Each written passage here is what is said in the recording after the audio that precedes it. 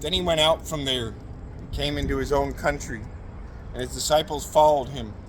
When the Sabbath had come, he began to teach in the synagogue, and many hearing him were astonished, saying, "Where did this man get these things?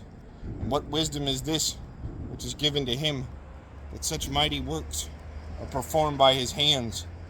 Is this not the carpenter, the son of Mary, and brother of James, Joseph, Judas, and Simon? And are not his sisters here with us?" So they were offended at him. But Jesus said to them, "A prophet is not without honor, except in his own country, among his own relatives, and in his own house." Now he could do no mighty work there, except that he laid hands on a few sick people and healed them. And he marveled because of their unbelief. Then he went about the villages in a circuit, teaching. And he called the 12 to himself, and began to send them out 2 by 2, gave them power over unclean spirits.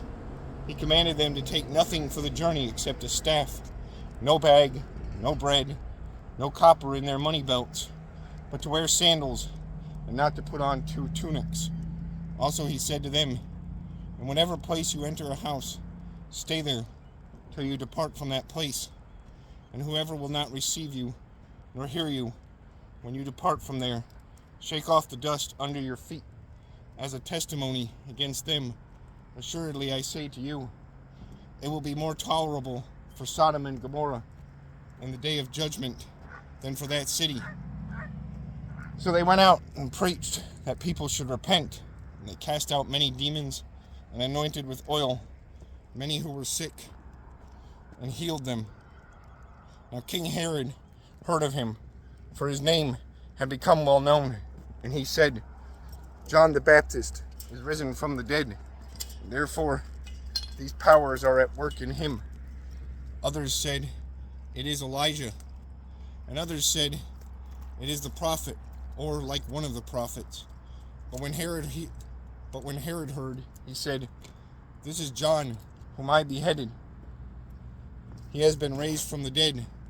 For Herod himself had sent and laid hold of John, and bound him in prison for the sake of Herodias, his brother Philip's wife, for he had married her, because John had said to Herod, "It is not lawful for you to have your brother's wife."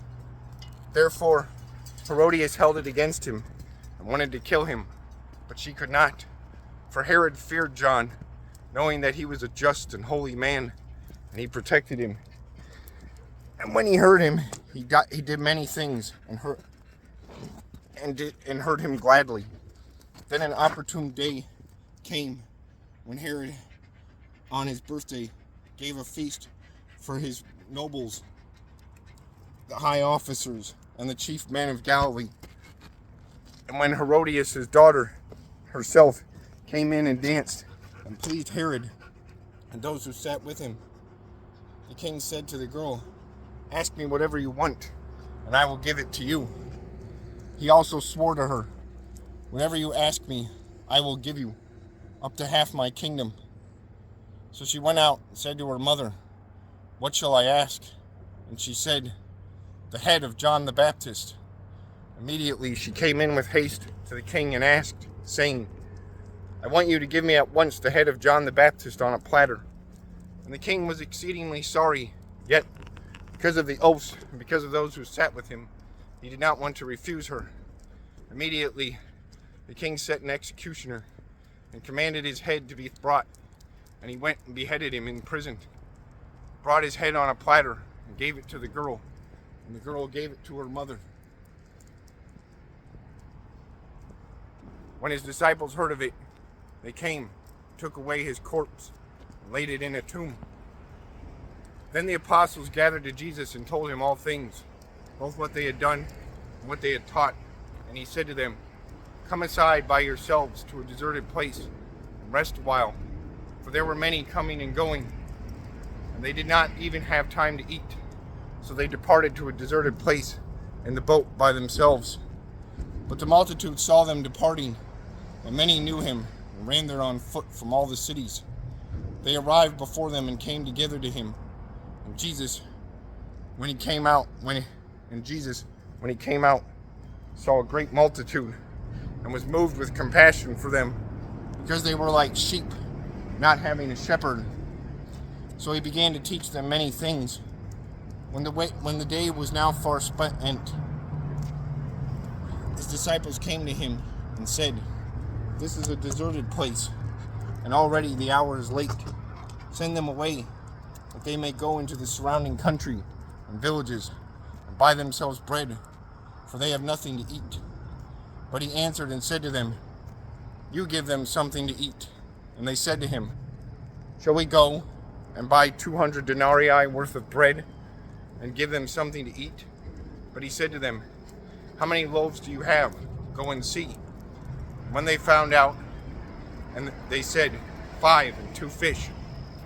Then he commanded them to make them all sit down in groups on the green grass. So they sat down in ranks. Go!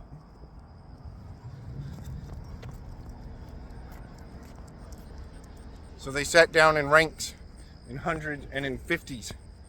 And when he had taken the 5 loaves and the 2 fish, he looked up to heaven, blessed and broke the loaves, and gave them to his disciples to set before them. And the 2 fish he divided among them all.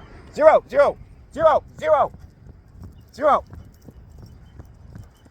come here. So they all ate and were filled. And they took up 12 baskets full of fragments and of the fish. Now those who had eaten of the loaves were about 5,000 men. Zero!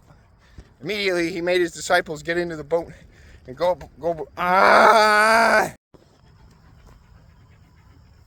Immediately he made his disciples get into the boat and go before him to the other side, to Bethsaida, while he sent the multitude away. And when he had sent them away, he departed to the mountain to pray.